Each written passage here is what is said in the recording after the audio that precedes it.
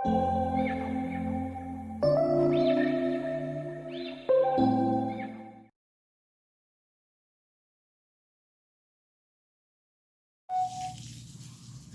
Part third की आज की क्लास में हम पढ़ने जा रहे हैं। जैसे कि हमारा टॉपिक चल रहा था अतिचालकता।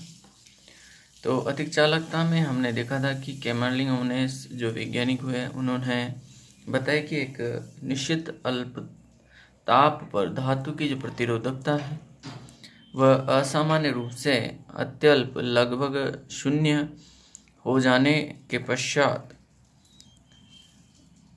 हो जाने या चालकता अत्यधिक हो जाने वाले पदार्थ के गुण को ही हम अतिचालकता कहते हैं। यानी कि जो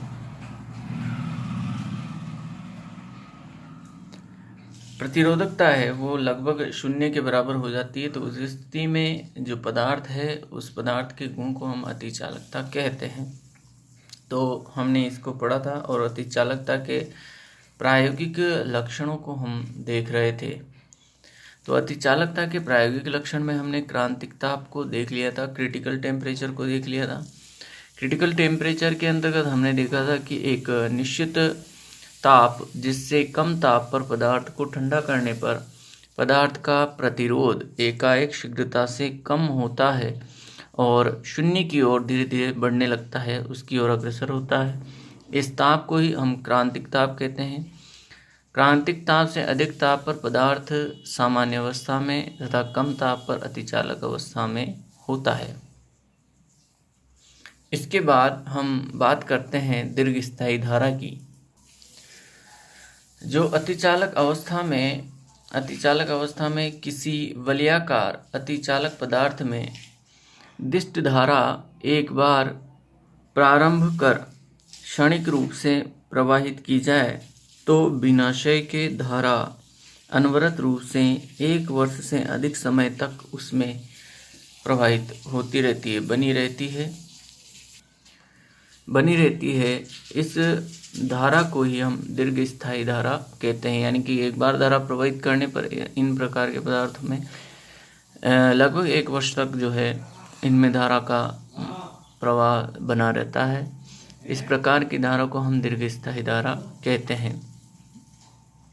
अगले तीसरे गुण पर हम बात करते हैं, वो है क्रांतिक चुंबकीय क्षेत्र। क्रांतिक चुंबकीय क्षेत्र तो प्रयोगों के द्वारा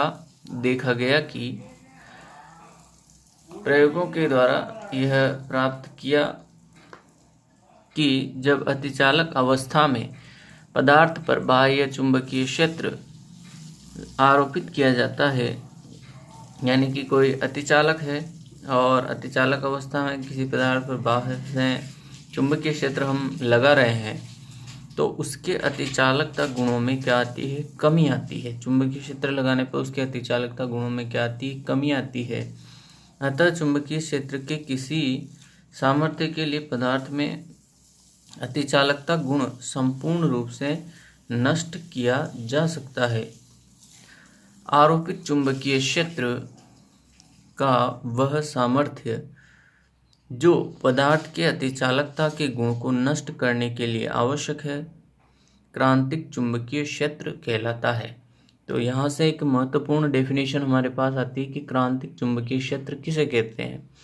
तो आरोपित चुंबकीय क्षेत्र का वह सामर्थ्य जो किसी अतिचालक पदार्थ के अतिचालकता के गुण को नष्ट करने के लिए आवश्यक होता है, क्रांतिक चुंबकीय क्षेत्र कहलाता है। क्रांतिक चुंबकीय क्षेत्र ताप पर निर्भर करता है, यह टेम्परेचर पर डिपेंड रहता है। अतिचालक पदार्थ के लिए क्रांतिक चुंबकीय क्षेत्र का मान ताप के साथ परिवर्तन जो है परवलिक होता है। जो ग्राफ के थ्रू प्रदर्शित किया है ये सुपर कंडक्टर, ये नॉर्मल कंडक्टर की कंडीशन।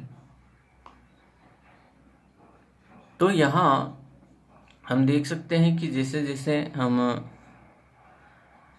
चुंबकीय क्षेत्र बढ़ा रहे हैं और इधर से टेम्परेचर को यदि हम कम करते हैं तो यहाँ जो क्रांतिक ताप है, क्रांतिक ताप और जो चुंबकीय क्षेत्र का ये मान है, इसके बीच का जो ये क्षेत्र है, ये सुपर कंडक्टर अतिचालक पदार्थ को प्रदर्शित करता है, और इस तरफ जो है नॉर्मल कंडक्टर सामान्य चालक को प्रदर्शित करता है।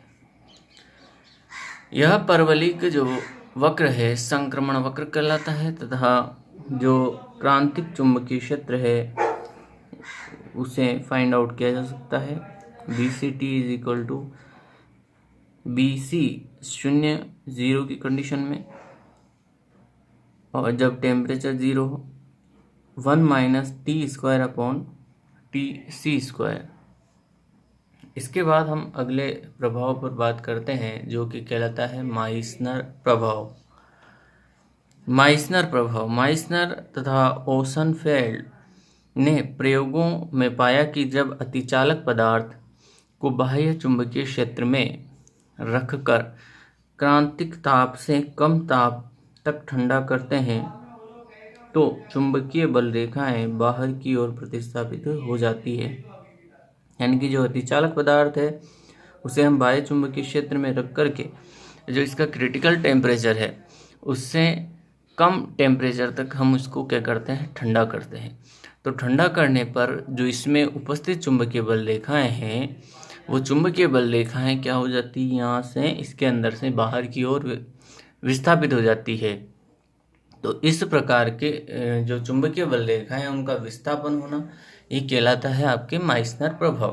तो देख सकते हैं कि जब टेम्परेचर का मान क्रिटिकल टेम्परेचर से कम है, तो जो अतिचालक पदार्थ है उसमें अंदर की तरफ चुंबकीय क्षेत्र 0 हो जाता है और चुंबकीय बल रेखाएं बाहर की ओर विस्थापित हो जाती है।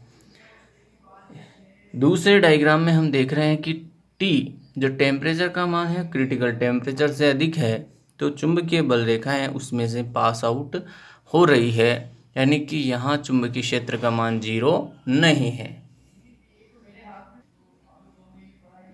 नंबर 5 पे हम देखते हैं प्रारूप फर्स्ट और प्रारूप सेकंड के अतिचालक। जो अतिचालक पदार्थ हैं वो भी 2 प्रकार के अतिचालकों की श्रेणी में बांटे गए हैं।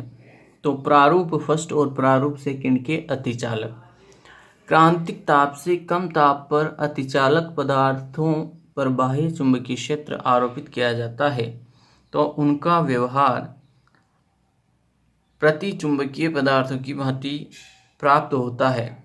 इनके जो चुंबकीय वक्र हैं, चुंबकीय वक्रों के आधार पर इन्हें 2 प्रकार के अतिचालकों में बांटा गया है।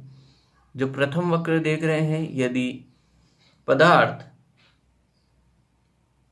बाह्य चुंबकीय क्षेत्र के साथ और चुंबकन तीव्रता ये इस तरफ है और चुंबकीय क्षेत्र इस तरफ है, तो चुंबकीय क्षेत्र और चुंबकन तीव्रता के मध्य यदि वक्र प्रथम वक्र के अनुसार प्राप्त होता है दोनों के मध्य, तो इस प्रकार के जो अतिचालक हैं वो प्रारूप फर्स्ट के अतिचालक कहलाते हैं। तथा यदि वक्र दूसरे वक्र की भांति हमें प्राप्त होता है, तो इस प्रकार के अतिचालक प्रारूप सेकंड के अतिचालक कहलाते हैं। प्रारूप फर्स्ट के अतिचालकों को हम मृदु अतिचालक भी कहते हैं, ये मृदु अतिचालक कहलाते हैं। तथा प्रारूप सेकंड के जो अतिचालक हैं इन्हें हम कठोर अतिचालक भी कहते हैं। अब हम देखते हैं प्रारूप फर्स्ट के अतिचालक, वे पदार्थ जो माइसनर प्रभाव दर्शाते हैं, अर्थात बाह्य चुंबकीय क्षेत्र B आरोपित करने पर पूर्ण रूप से प्रतिचुंबक की भांति व्यवहार करते हैं, प्रारूप फर्स्ट के अतिचालक या मृदु अतिचालक कहलाते हैं। जैसे एल्यूमिनियम है, टिन है, जिंक है, मरकरी है आदि। इस प्रारूप के अतिचालकों को क्रांतिक ताप Tc व क्रांतिक चुंबकीय क्षेत्र इनका कम होता है, इस कारण इनका तकनीकी उपयोग भी कम होता है। यानी कि जो टेक्निकल जो फील्ड होते हैं उनमें इस प्रकार के अतिचालकों को कम प्रयोग में लाया जाता है। प्रारूप सेकंड या कठोर अतिचालक किसे कहते हैं, तो इनका व्यवहार प्रारूप फर्स्ट से भिन्न प्रकार का होता है।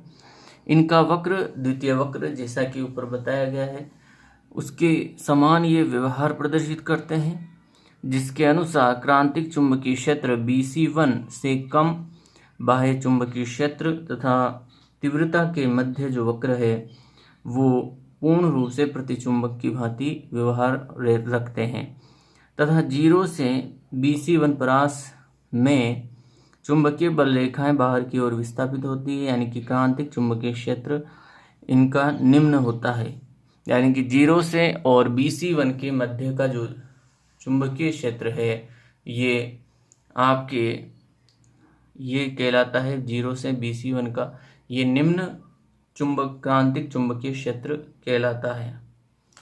BC1 से अधिक और BC2 के मध्य का जो चुंबकीय क्षेत्र है इसमें यह मिश्रित अवस्था की भांति व्यवहार प्रदर्शित करते हैं और चुंबकीय बल रेखाएं कुछ जो है अंदर की ओर आ जाती है, तो इसे मिश्रित व्यवहार प्रदर्शित करते हैं BC1 से BC2 के मध्य। BC2 पर अतिचालक पदार्थ की चुंबकन तीव्रता का मान 0 हो जाता है और पदार्थ सामान्य चालक अवस्था में आ जाता है। BC2 को हम उच्च क्रांतिक चुंबकीय क्षेत्र कहते हैं, यानी कि BC2 वाले भाग को हम उच्च क्रांतिक चुंबकीय क्षेत्र कहते हैं।